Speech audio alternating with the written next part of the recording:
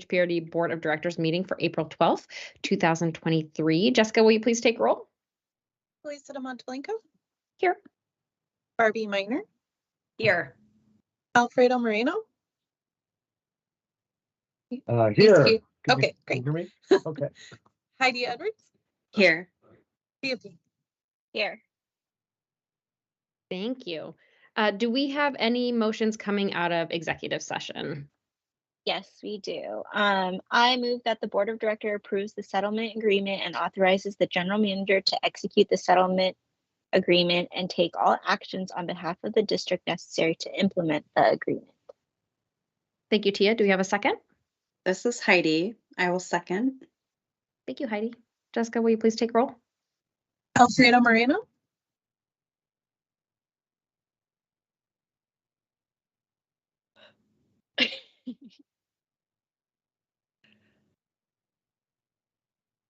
He's trying.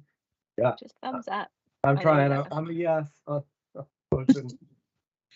Barbie Miner. Yes. Heidi Edwards. Yes. Theophy. Yes. Lisa Monteblanco. Yes. Thank you, Jessica. Next up on our agenda, we have proclamations, quite a few. So first with the declaring April as National Arab American Heritage Month, we will read it. And then I know we have a wonderful staffer who will then read the proclamation in Arabic. And I'm pulling that up because I'm put together. Okay. Whereas for over a century, Arab Americans have been making valuable contributions to virtually every aspect of American society in medicine, law, business, education, technology, government, military service, culture, and whereas since migrating to America, people of Arab descent have shared their rich culture and traditions with neighbors and friends, and Whereas Arab Americans have shared their resilient family values, strong work ethic, dedication, education, tradition, and culture, and added to the strength of our nation's democracy, and Whereas the history of Arab Americans in the U.S. remains neglected or defaced by misconceptions, bigotry, and anti-Arab hate in the forms of crimes and hate speech, and Whereas Arab American issues such as civil rights abuses, harmful stereotyping, religious bigotry, and bullying must be overcome in the forms of education, awareness, tolerance, and building new community connections and understanding, and whereas the incredible contributions and heritage of Arab Americans have helped us become a better nation, and now, therefore, the Board of Directors of the Tualatin Hills Park and Recreation District does hereby declare the month of April 2023 as National Arab American Heritage Month, and do urge all those in the Tualatin Hills Park and Recreation District to support and promote this observance. thank you. All right, good evening. Tonight with us, we have Rita Solmo. She is the office tech at the Babette Hornstein Tennis Center, and she's going to read the proclamation in Arabic. Good evening, everyone. I will start. لقد قدم الأمريكيون العرب على مدى أكثر من قرن مساهمات قيمة في كل جانب من جوانب المجتمع الأمريكي، في الطب، القانون، والأعمال التجارية، والتعليم، والتكنولوجيا، والحكومة، والخدمة العسكرية والثقافة، حيث إنه منذ الهجرة إلى أمريكا شارك المنحدرون من أصل عربي ثقافاتهم وتقاليدهم الغنية مع جيرانهم وأصدقائهم، وحيث إن العرب الأمريكيين قد شاركوا قيمهم العائلية المرنة وأخلاقيات العمل القوية والتفاني في التعليم والتقاليد والثقافة أضافوا إلى قوة ديمقراطية أمتنا، وحيث أن تاريخ الأمريكيين العرب في الولايات المتحدة لا يزال مهملاً أو مشوهاً بالمفاهيم الخاطئة والتعصب الأعمى والكراهية ضد العرب في أشكال الجرائم وخطاب الكراهية، حيث يجب التغلب على القضايا العربية الأمريكية مثل انتهاكات الحقوق المدنية والصور النمطية الضارة والتعصب الديني والتنمر في أشكال التعليم والتوعية والتسامح وبناء وفهم روابط مجتمعية جديدة، وحيث أن الإسهامات الرائعة للأمريكيين العرب وتراثهم قد ساعدونا على أن نصبح أمة أفضل. والآن وبناء على ذلك يعلن مجلس إدارة Tualatin Hills Park and Recreation District بموجب هذا إن شهر نيسان 2023 هو شهر التراث العربي الأمريكي القومي، وحث جميع المتواجدين في Tualatin Hills Park and Recreation District على دعم وتعزيز هذا الاحتفال. Thank you. Thank you so much, Rita. And very nice to meet you. Welcome to our board of directors meeting. And next time I go to the tennis center, I'll say hi. Let's see. Next up, we have a proclamation for National Autism Awareness Month.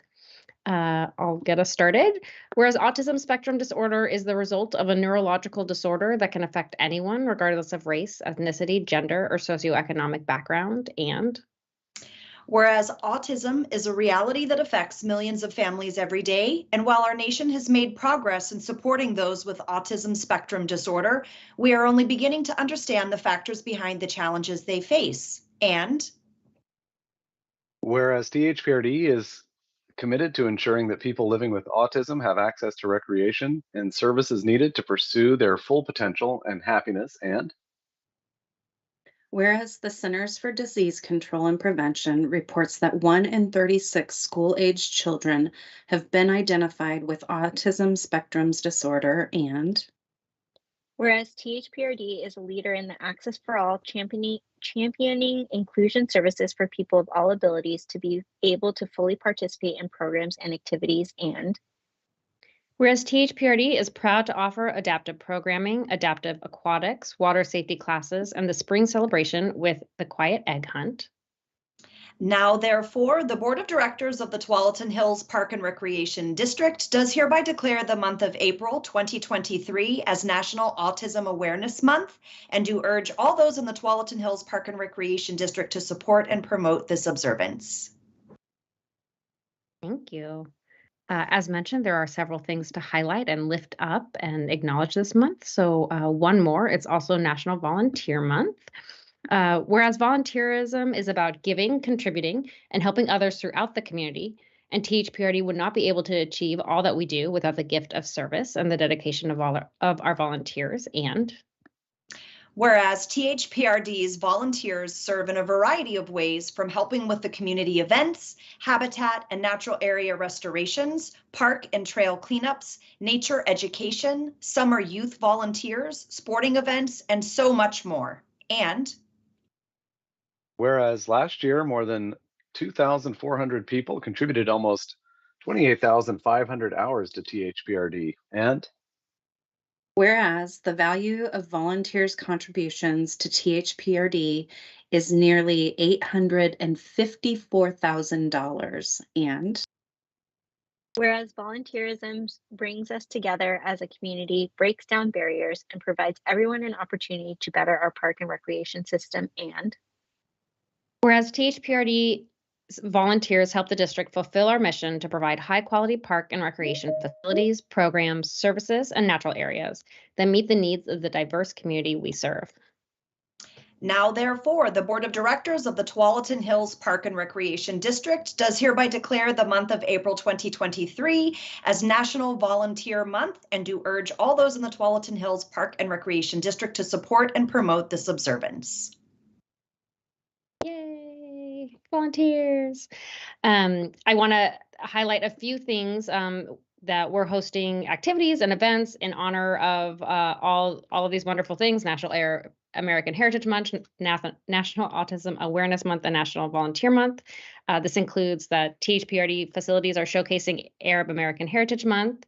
I'm going to butcher some names. I apologize. Shame on me. And I will work on this for future things. I know there's an Eid al-Fitr event. I'm really sorry. Event will be held at the Athletic Center on April 23rd in partnership with multiple Islamic organizations, including Cool Islam, Portland Refugee Support Group, Islamic Society of Greater Portland, Bilal Masjid, and the Islamic Community Center of Hillsborough. Garden Homes Free Marhaba Arab Community event will take place on April 29th and include music, food, and vendors. Volunteer basketball coaches receive thank you candy bags from Athletic Center staff. Cedar Hills, Conestoga, Tennis Center, Harmon, and Aloha feature information boards on volunteering and autism awareness. Elsie Sturz Center Volunteers Appreciation Luncheon will take place on April 21st and include lunch and entertainment. So much to celebrate. Thanks for all the staff and all that great work, and thanks for the staff who helped write those proclamations for us. And we'll move on to the next item, a presentation about the Volunteer Program Update and Volunteer of the Year Award. So exciting.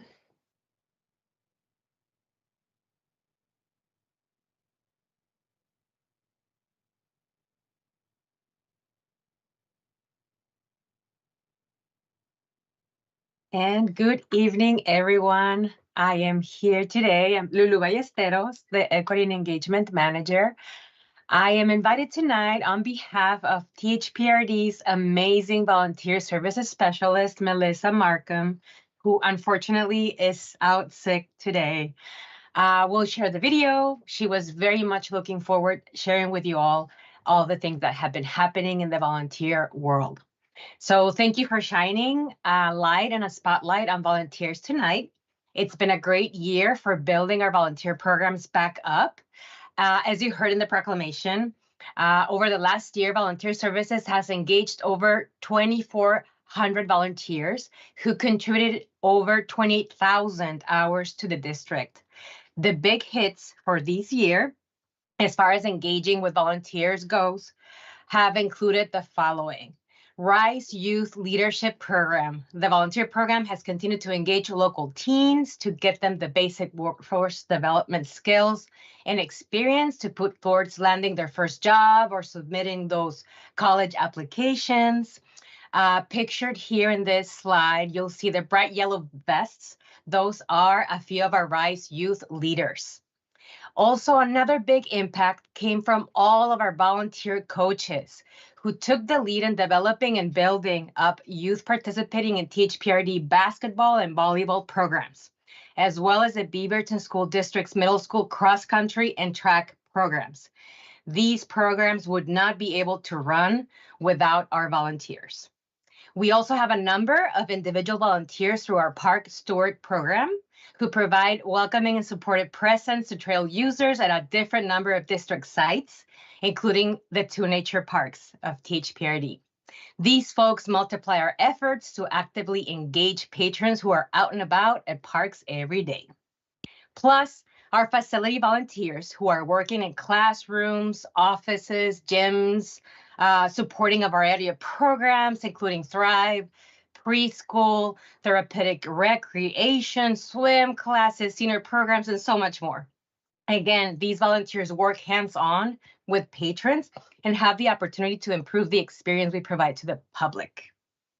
Melissa and her team really wanted to point out that all of our ongoing volunteers reflected in these and many other programs contributed more than the 24,000 hours of the total service donated to the district last year, which is really jaw-dropping. So a big shout out to all of our dedicated volunteers who keep coming back to give back to their neighbors, their community through volunteering. In our next slide, I think we're already there. Yes. In addition, we also want to recognize the efforts of our event volunteers who rain or shine, literally, come out to improve our natural areas, keep our gardens looking good, and engage with community members at the many events we provide. Last year, we saw a resurgence of community and cultural events hosted by the district, and volunteers have been very eager to participate in these opportunities. This year's event schedule promises to be very adventurous, exciting, and dizzying all at once, with quite the packed calendar. And volunteers are very receptive to this, with a notable boost in volunteer attendance at events since the start of 2023. There's also a few updates to programs we made in 2022 that are worth highlighting tonight. One is the expansion of the district's adoption program. Historically, this program provided opportunities for volunteers to adopt natural areas, but we expanded the program to include adoption opportunities within our maintenance department. In preparation for this expansion, the volunteer program trained maintenance coordinators so they can onboard volunteers who are interested in adopting the sites that they manage. Also, the volunteer program worked with our colleagues in aquatics to provide a new volunteer opportunity. With a nationwide shortage in aquatic staff, They saw the need to recruit retired or former aquatic staff who were interested in occasionally assisting with swimming classes in a volunteer capacity. This new opportunity that we now call Aquatic Champion is a great way for former aquatic professionals to share their skills and knowledge while supporting district staff through this staffing shortage. Also, as part of the district volunteer recognition plan, a swag menu for volunteers was created that it's been used for recognition purposes. We also formalized a process for patrons to request certification for the President's Volunteer Service Award, since we've had a dozen youth move through this process over the last year. And this brings me to our Volunteer of the Year Award, which is a new form of recognition that the district has adopted to honor outstanding individuals for their invaluable contributions to THPRD. This nomination process is open year-round, with nominations reviewed each spring, and the award will be always presented on the April board meeting. And with that, I have the true honor to introduce to you the very first award winner, an outstanding community member, Margaret Armstrong. Margaret was nominated by staff who have worked with her closely at the Tualatin Hills Nature Center and was selected for the award by members of the district's Programs and Events Advisory Committee for her many contributions.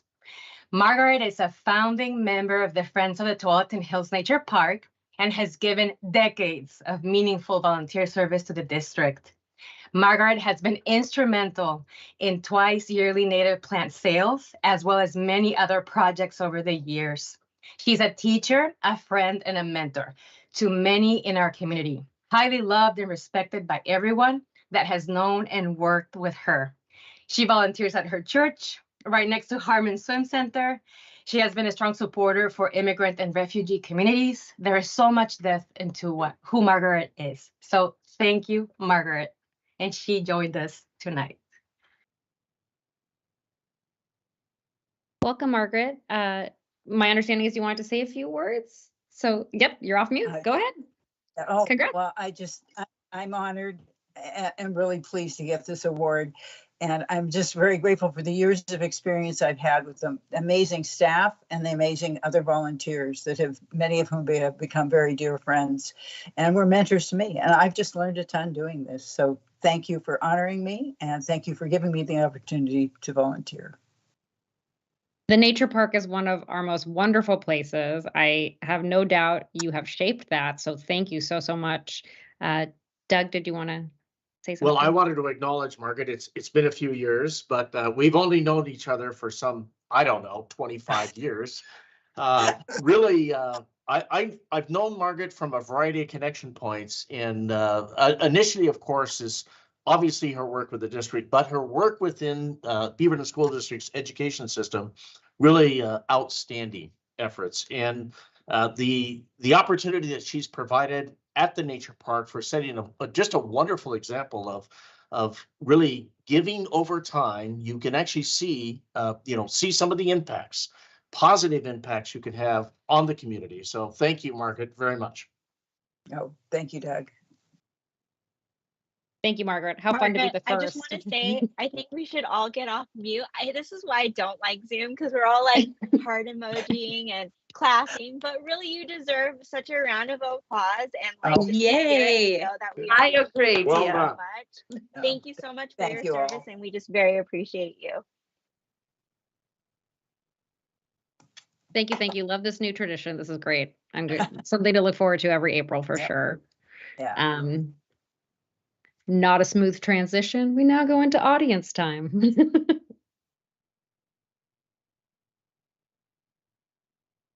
President Monteblanco, we received a letter to be read into audience time this evening. I can tell Barbie's ready. I can tell. Yes, I just needed to find that magic mute button. So yes, we did receive written testimony, and Jessica, could you help me with time, and I'll make sure to get going here. Yes. This is submitted in writing on behalf of Amanda Anderson. Good afternoon. I understand that an important part of the 2008 THPRD bond was improving the safety and seismic integrity of THPRD facilities. I'm following up regarding a pending inquiry I have to THPRD regarding the seismic integrity of the Garden Home Recreation Center. My general understanding was that the 2008 bond was approved by voters to implement seismic upgrades. The Garden Home Recreation Center was determined to be in need of seismic upgrades, and then the Garden Home Recreation Center was seismically upgraded to make it safe for patrons to visit. However, after review of the Peterson Structural Engineers report and limited information regarding the work completed at the Garden Home Recreation Center, I have not been able to confirm that this goal was achieved in relation to that center. I am hopeful that I am missing information here and that the subsequent information provided by THPRD would confirm that the Garden Home Recreation Center was seismically upgraded to make it safe for patrons to visit. However, my request for subsequent information is still pending a response, so I'm following up here. The Garden Home Recreation Center is home to a variety of preschool, after-school, and similar programs, and if THPRD does not believe the building would be safe in a seismic event, then an outreach program to disclose that information to parents, visitors, patrons, volunteers would be important.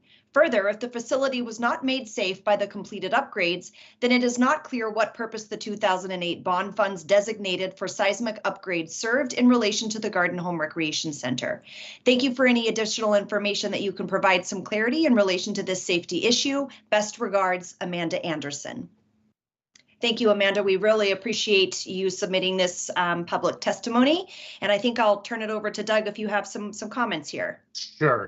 Just real brief. So staff has been in correspondence with Amanda as a patron and of course answering her inquiry. So we still have more research to do. We know for sure there has been seismic improvements at Garden Home. How extensive is what we're researching, and of course we know it's not a new building by any means, and of course seismic guidelines are pretty detailed. So we want to do our thorough research before we provide a final report, and we'll certainly update the board as well when we have that information. Thank you, Doug, and thank you for our public testimony. So next up, we have committee liaison updates. Who would like to share what they've been up to? I know you all been busy. Doing good work. Now you got to share, Barbie. I'll go first, sure. I first would just like to give an update on our program and events committee.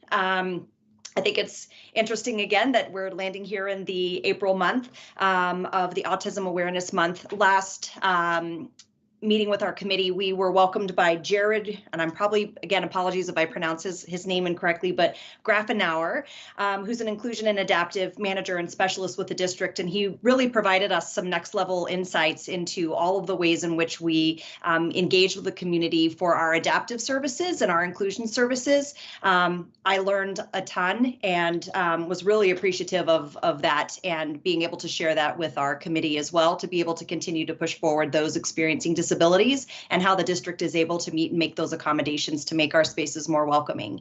And then, of course, having the honor to present this award and really focus on volunteers and knowing that this is a volunteer month. So, Margaret, I just personally want to say congratulations to you and thank you for your decades-long service.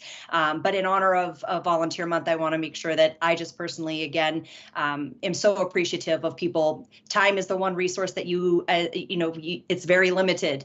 And for folks to be willing to take time away from their families, their engagements, et cetera, and give back to the community in such a way makes our district that much better and that much stronger. So thank you to all of our volunteers. I think the last thing I would just like to remind folks is that we do have a special election coming up in May, and I just want to make sure that folks are registered to vote and understand we've got some positions open here, even on the THPRD board. So I'm just reminding everyone that special election is coming up in May. That's it from my side. There is still time to register to vote. There is, April 20th. Heidi? Yes. And I'm just going to echo a little bit of what Barbie said. As a former volunteer coordinator, kudos to Melissa Markham for all the work that you do. I'm sorry you couldn't be with us tonight. And to all of our volunteers, you make the world go round, the THPRD world go round. So very appreciative. And just a quick note from me, I was able to participate with my colleagues Alfredo and Felicita and Aisha and our legislative lobbyist, Kylie, and we went to Salem to speak with our local legislators, local electeds about all things THPRD, how wonderful we are, how wonderful this comprehensive plan is, and some of the highlights of what we're looking for forward to moving forward on, including Cooper Mountain Nature Park and opportunities in the future. So thank you for that opportunity. We had to reschedule due to inclement weather, this lovely spring weather that we're having, but it was eventful, and thank you for Aisha, especially, and Kylie for all of your work coordinating us being there. That's it. Thank you, Heidi. Tia? Is it spring weather? It snowed at my house today. But okay. I am following up with, or what did I do? Natures and Trails is the meeting I attended last month. They did an education session for our new group of volunteers and for the group in general about our habitat inventory and our functional plan. There's a huge discussion about our potential advisory grant, and so they were just throwing as many ideas as they could, and then hopefully we'll filter it through there. But it was really great to see the different variety of ideas and where they're coming from. So really excited to see what all the advisory groups come up with as far as potential ideas that we can do to help improve our communities. And just another reminder that summer registration opens on Saturday. So make sure to register for all of those summer plans for this summer. So thanks. Thank you, Tia. Alfredo, do you want me to call it? Yeah, okay. There we go. Yes, really a great experience in Salem. My first time being able to meet in the Capitol with legislators on behalf of THPRD, and I think I can just say that we are all in this our slice of Washington County just very lucky. I think of to have the type of human beings that we have representing us in Salem. They're empathetic and accessible and genuinely curious about all the things going on, asking good questions, and very collaborative. And so I just feel like there's very good kind of symbiotic, partnership that happens there. So, and that's for the benefit of everyone in the community. So, and then the only things I just wanted to hit is just, at the beginning of this meeting, we read 3 proclamations. And I just want to kind of reinforce that that good work that the district does to champion voices that maybe we didn't hear from a decade ago, or lean into services that help kids and families who taking part in sort of just kind of a high stimulation class or camp setting would be a barrier, and then that work and even the volunteer coordination and the robust work we do to coordinate our many incredible volunteers, that all is kind of based on the values of the district. It takes investment of time and resources and finances, and I think it's just always important to say thank you to the staff and to the community who values that by electing folks like us and supporting this district. So I think it's easy for that to almost become so much the norm with THPRD, which is great.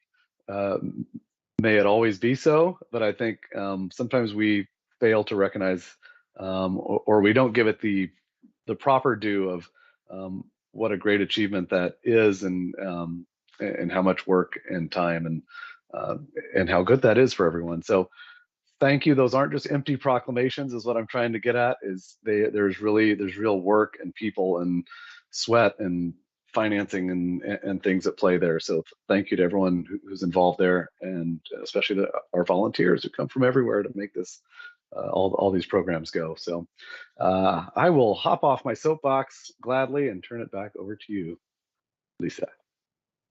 Thank you, Alfredo. Tia, did you have something else you wanted to share? I hate following Alfredo, so I was kind of hoping you wanted to say something. Yeah, just echoing what Heidi and Alfredo shared about Lobby Day. I think it was fantastic. Huge thanks to Aisha and Kylie for their organization, for all the tools that we needed to ensure success.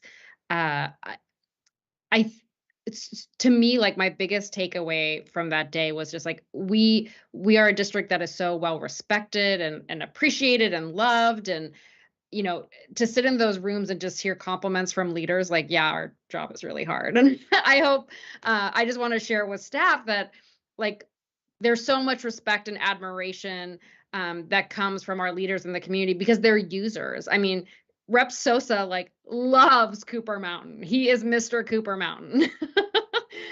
So it was wonderful to hear. I think that we all have a lot of, like, kind of homework and takeaways, but in really exciting ways. And I also know that it takes effort to build those relationships. And I just appreciate not only THPRD staff, but also all of us who are doing the hard work of building those authentic relationships, helping people connect with the district in different ways, whether they're, they have kiddos or not, whether they live right outside the boundary or not. To me, it was just a huge takeaway of years of hard work. And it just felt really, really good. So huge thanks to everyone on this call. Go ahead, Heidi. And just to add on to that, there are a number of people that are nameless in this because it really does take all of THPRD staff and employees to make this run. And so while we may name specific names, we know that the foundation of the work that's done in the district is our employees. So thank you to every one of you, even though we're not naming all the names. You really make THPRD run and work and do all the great things. Thank you. Let's end on that nice note. Next on the agenda, we have the consent agenda. Would anyone like to make a motion? Yes, this is Alfredo. I move that the board approve the consent agenda as submitted. Do I have a second? This is Barbie. I'll second. Thank you, Barbie. Jessica, will you please take roll? Heidi Edwards, Yes. Tia Ping, Yes. Barbie Miner, Yes. Alfredo Moreno, Yes. Lisa de Monteblanco. Yes. Thank you, Jessica. Next up, we have unfinished business. Strategic plan time. Gorgeous document. I love it so much. We're all nerds, and I'm here for it. We are very excited as well. I was happy to hear your comments, the three of you that were able to go down to Salem last week. I think one of my big takeaways from those visits was that people were just as excited as we were about our comp plan. It was a gamble throwing an entire comp plan into each one of the packets we handed out to our legislative delegation, but they were excited. It is a beautiful document. And so we're thrilled tonight to come to you with sort of the next iteration of planning and long range planning with the district. And so tonight we just have a very brief presentation for you regarding our strategic plan, which is the document that really focuses in on the ongoing and near-term recommendations that were in the comp plan. So Bruce is going to walk you through just a few slides right now to let you know how we've proceeded with this process. So Bruce, go ahead. Thank you. Good evening, board members. Again, I'm Bruce Barbrash, Nature and Trails Manager. And we're here tonight to share what staff have been working on the plan and for you to consider adoption If adopted, the 2023 strategic plan would guide staff in implementing the district's new 20-year comprehensive plan. Next slide, please. Since we last came to talk to you, staff have been busy in many ways. For example, forming multidisciplinary teams to look at each of these goal areas.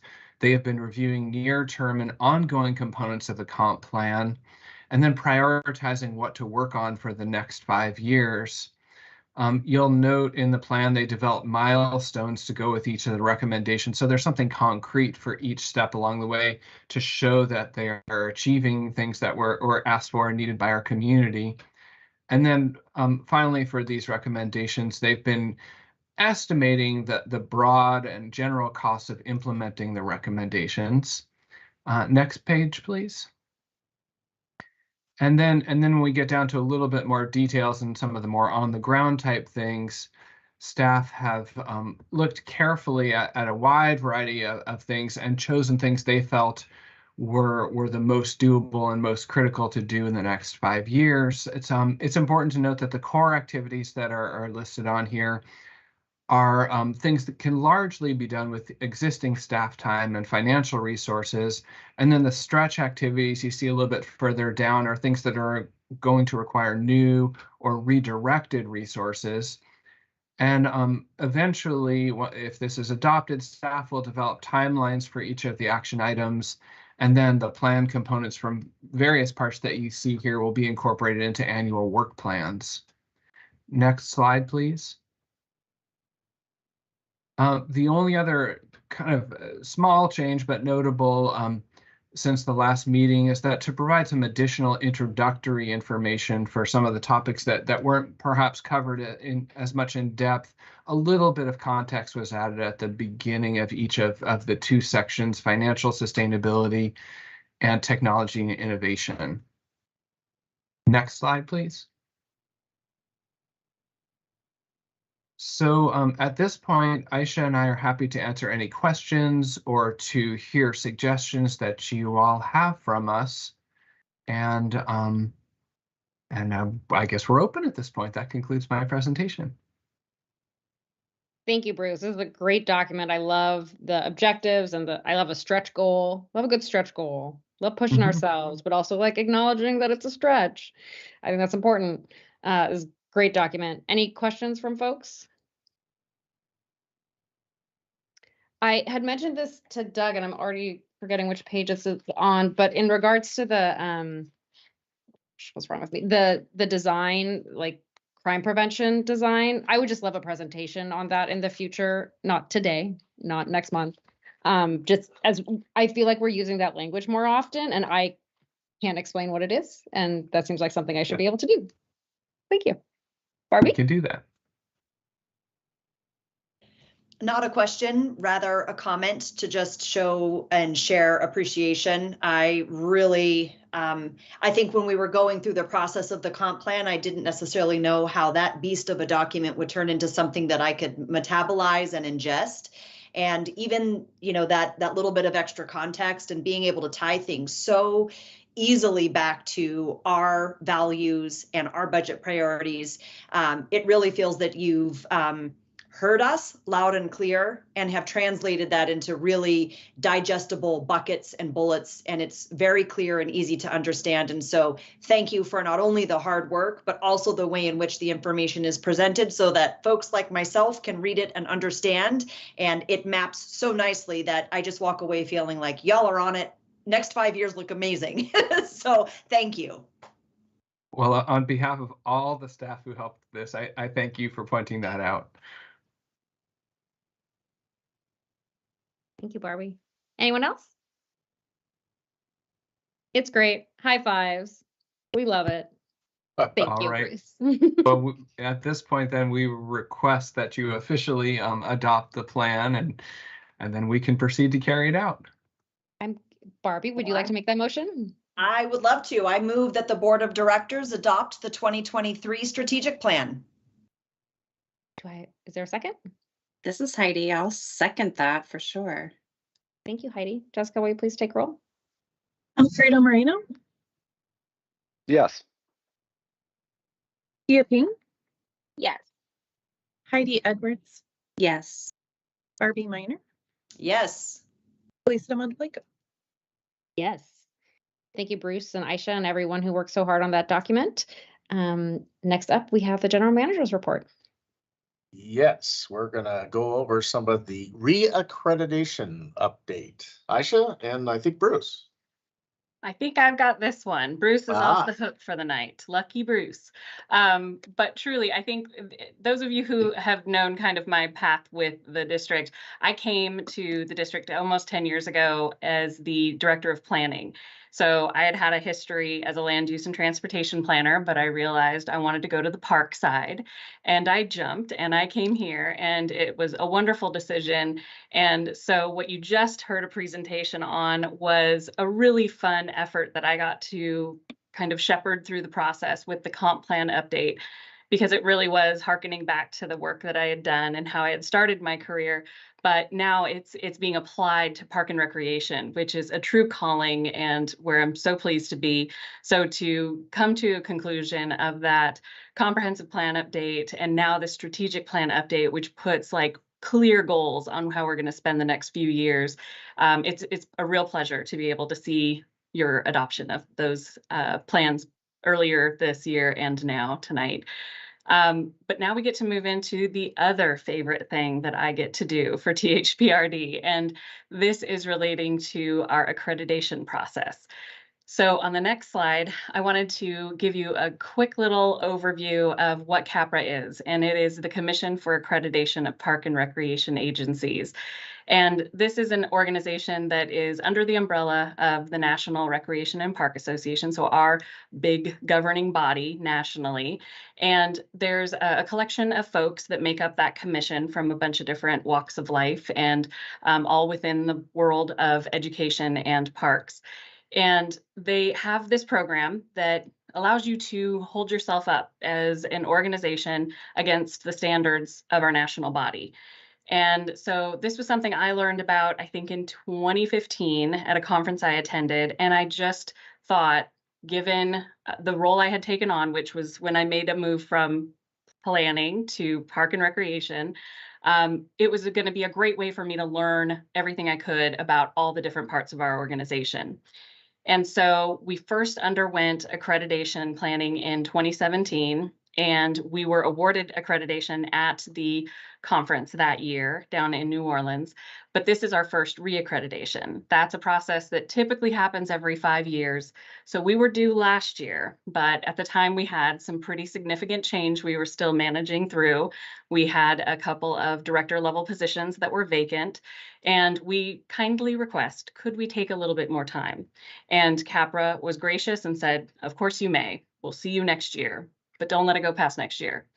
So we took a pause, we took a beat, we filled some critical roles, we started getting people on board. And then again, this was our way for newer people to our organization to learn more about park and recreation, how the best agencies in the country do it.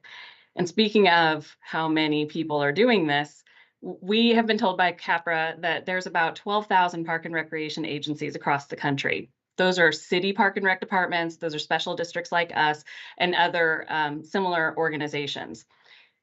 Of those, only 193 have obtained and are currently CAPRA certified. So that means we are in 1.6% of all the park and recreation agencies in the country that are in this category. So that's something I'm incredibly proud of. Of that number, 5 within Oregon are accredited. We were number 4, and we're excited about that. So on the next slide, after that little overview, I wanted to let you know why we did this.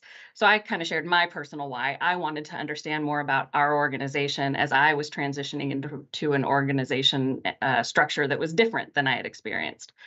But the why that I was pitching at the time, and you know how I hope I got Doug on board with this, was that we are benchmarking ourselves against that national standard. We're looking at what the National Recreation and Park Association says a well-run park and rec organization does, and we are ensuring that we are at or better than those standards. At the time when we were doing this process, it was about late 2016, we were also experiencing drastic change. A lot of folks that had spent multiple decades with us here at the district were choosing to move off into retirement, and we were losing institutional memory like crazy. So this was an attempt to also grab those folks before they left, get everything we could out of their brains, and start getting it down on paper. Because if it doesn't exist on paper, then it's like it doesn't exist. I say paper, but now we're in a much more digital environment. So the equivalent of that, the ether in the computer or in the cloud. So it pushed us also to formalize our processes, update the processes that we use. And the thing that is very, very important, because you just don't tend to do it otherwise, is that it requires periodic review. It pushes us to have an updated version by the time we see them 5 years later. So we have been in a push to update a lot of things, taken out a lot of names of people who don't work here and haven't for quite some time. So we're freshening up everything that matters and making the critical changes that need to happen as we do that. And then ultimately, it's not the selling point for me, but it's a nice thing. It's that recognition of agency excellence. And it's a good feel for those of us who have worked hard on this process. And it should be a good feel for all of you and all of the folks that you serve along with us. Next slide, please. So some of the other benefits that I wanted to mention are just that we have used this both times now as a succession planning tool. So it's that idea that we've got folks that have kind of been doing this type of work for a while. And the way we structured it is that there are 10 sections. I'll get into the 10 sections in a moment. 10 sections within CAPRA, and we appointed a lead for each one, and we appointed a second person to work with them through that process. The first person, lead, typically was more connected to that particular programmatic area, and they could share the information with the other person. And so there was a passing on of information and an opportunity for maybe a more junior staff member to kind of follow along and have an experience being mentored by a lead section head. We used it to transfer knowledge around our organization. We had to work together to update plans and have conversations and build those connections that might have gotten a little shaken up during COVID. So that was a great thing. And as I mentioned, the mentorship opportunity that was provided there was also great. And then ultimately, we believe that going through this process, updating our plans, updating our processes, updating new operational procedures was just a great thing for both internal customer service and external customer service. And then quality control. We can kind of touch these documents, give them a similar look and feel. And that really, helps kind of pitch yourself as that high quality park and rec organization. Next slide, please. So the process for this has been robust, lots going on. Prior to starting this process, you must have someone from your agency attend a visitor training. And so that's a visitor that would go to an organization like ours to review and see how well we've met all of those standards. So you have to go through that process so you have a better understanding of what a visitor might be looking for. And there are a couple of us here at the agency that have gone through that process. I actually had the pleasure of being assigned as a visitor to an agency in Colorado last summer, which was an absolutely eye-opening experience to be able to go behind the curtain of another agency to see how they do it and think like, oh, we could do it that way. And you get to talk to these people and you say, can I totally steal your document and maybe, adapt that for our use? And they're like, of course, we all do this for each other. That has been a really wonderful thing to see what works well and be able to, adapt that for your own agency. We have done our preliminary application and the self-assessment report is nearly complete. One huge element that was waiting and is going to be plugged into a number of the standards was the strategic plan, which you have just approved. And I don't think I can leave this building until I've saved it to all the files that I need to save it to so that it is ready to go, because we intend to submit our report tomorrow. Following this, there's a 2-week period to determine whether there's any fatal flaws that would cause CAPRA to say, we don't want to send a visitation team to check this agency out. We hope and pray that that is not the case, and I don't think it is, but we'll let you know in 2 weeks. Finally, there will be the visit itself, and that visit will be the last week of June. And for us, because we are reaccrediting, it will be a virtual visit. So it's gonna be a little weird and awkward, but we have some plans and thoughts about how we can help help that team feel a little bit more connected. So we're going to do some small videos and things that we can send them each day of the visitation to give them a taste of different elements of our system.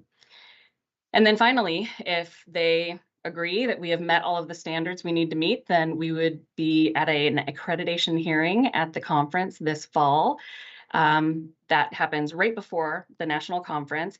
And then we would be required to do an annual report each year until it's time to reaccredit. Next slide, please. So just a quick snapshot of what the self-assessment report entails. There are 154 standards that we need to demonstrate compliance with. They're spread out over these 10 focus areas. So we have to tell them all about how we're organized, who we report to, who you all report to, the people. We have to talk about how we're set up organizationally, tell them about our budget, what about our policies for managing budget. We talk to them about our how we care for our buildings and land. We talk about our programs, and we talk also about risk management, safety, how we evaluate success. Very important things. And so of the 154 standards, there are 36 that are fundamental we absolutely must meet. That would be a fatal flaw that they would need to tell us about within that 2-week period. We believe we are well set on all 36. And then to reaccredit, we have to additionally get 112 of the 118 remaining non-fundamental standards. When we went through this process in 2017, we did meet all 151 standards at the time. They've added a few since. So we are very hopeful and believe we're well positioned to potentially meet that same goal. Next slide, please. So to wrap up, our next steps are we're going to hit submit. We've been loading information into the portal that they have on the website, and we've got all of our evidence of compliance for each one of those 154 standards organized beautifully in a storage area on the internet. And so that information will be available for our CAPRA team, anyone at CAPRA, anyone at NRPA that needs to see that, and will ultimately be a resource that we can maintain into the future. We will, again, as I said, have that CAPRA review team perform the initial review, and end of the month in June, we will have our visit. And then, like I said, the commission hearing will be held in Dallas at this year's NRPA. And I've listed the dates there in case anyone wants to do some future planning on travel. Next slide, please. And then I just wanted to show you a couple of happy faces. We had a little check-in over the MS Teams the other day, and I was providing everyone with an update on where we were in the process. And so the faces you see here are the people that put in a tremendous amount of work to come up with narrative explanations and track down all the evidence of compliance that we needed for 154 standards. So we tried to get as many folks as we could on there, and I said, come on, let's give the board a picture. Let's give them some great big thumbs up, some maybe air high fives, mainly that we're done with this part of it, because it was a very, very heavy lift. So I was just thrilled to work with this team. Keith Watson was a great right hand to this whole process. He really helped get everybody organized and keep us moving ahead. And then we had, in addition to the leads and to the folks that worked alongside them, we had a crack team of administrative specialists, Jessica Kittleson, Mackenzie Miller, Lindsay Lambert, and Kristen Preston, who all just really made this process move in a way that was quite a thing to see over the last couple of months. So I wanted to give them all their moment in the sun of what a fantastic job they all did getting us here. And I hope to have very, very good news to report to them, maybe in a couple of months. We're gonna have to wait for it, but that's our update on CAPRA. I'm so thrilled to be able to share this with you. It's a wonderful thing to be a part of, to make sure that you're making your organization the best it can be to serve the public the best you can. So I'll close with that and see if there's any questions. Thank you, Aisha. I know Doug wants to say something. Well, I certainly want to acknowledge, Aisha's effort in this is it's multifaceted. Certainly, it takes a lot of staff to pull their end together, but it takes someone to lead that process. And I will tell you, I'm very confident it's gonna all be approved, piece of cake, because I know the preparatory work that Aisha sent me through when we first accredited, because I'm the one stuck in the room having to answer all these questions that never came because they commented, we have never seen such a complete first application. And that was it. I was just accepting compliments. Yet, once again, for staff's work. So she's done a great job with this. And it really does fortify it. It's a building block for the district to have that assurance. It's the type of thing you mention when you go after grants. You mention when you're doing larger things in the community because it builds confidence. It's well done. Thank you, Doug. Thank you, Aisha, and the whole crew. My goodness, so much work. Heidi? Yeah, thank you, Aisha and team. And thank you for sharing those names. That's great. I just want a small request to be able to identify those up and coming folks in the organization who may not be on that list of contributing to CAPRA and all. I mean, they're contributing, but they're not on the list. And who can we, through professional development and through, participating in RPA or RPA, whatever it may be, have them really participate if they're willing and wanting to. I often see that, sometimes we have people go to these conferences who are in leadership, but I really think it's so important for us to grow those professionals who are, that middle management working to continue working with us. So that's all I have to say. I think this is amazing, but I also want to keep in mind like how we can promote those folks from that middle, not even middle management, just those who are aspiring to move forward in parks and recreation planning and go from there.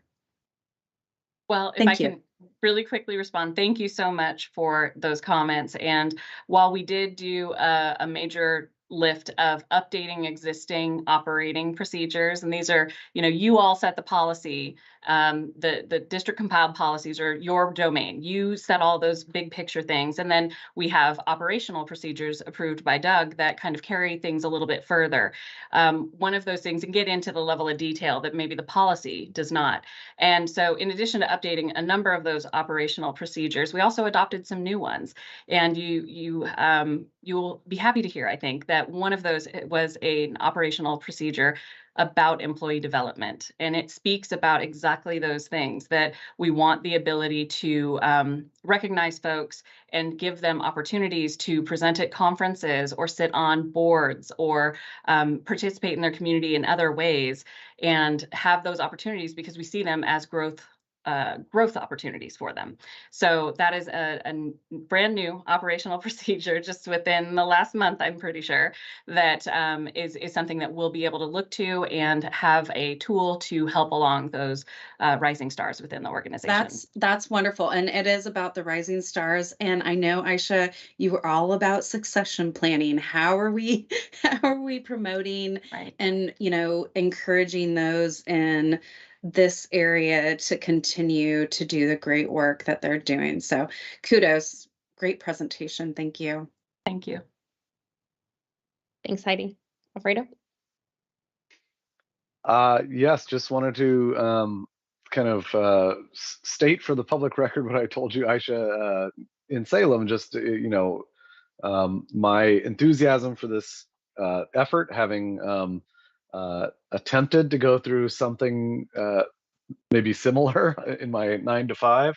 I can appreciate what an institutional lift it is to do this, and the commitment and buy-in from so many people required to make this happen. So I really appreciated seeing the stats that you put out. One of 5 agencies or districts in Oregon, and 192 out of the entire nation, I believe is what you had. And I think just shows people, just is a testament to the quality of the work that's been done in the past.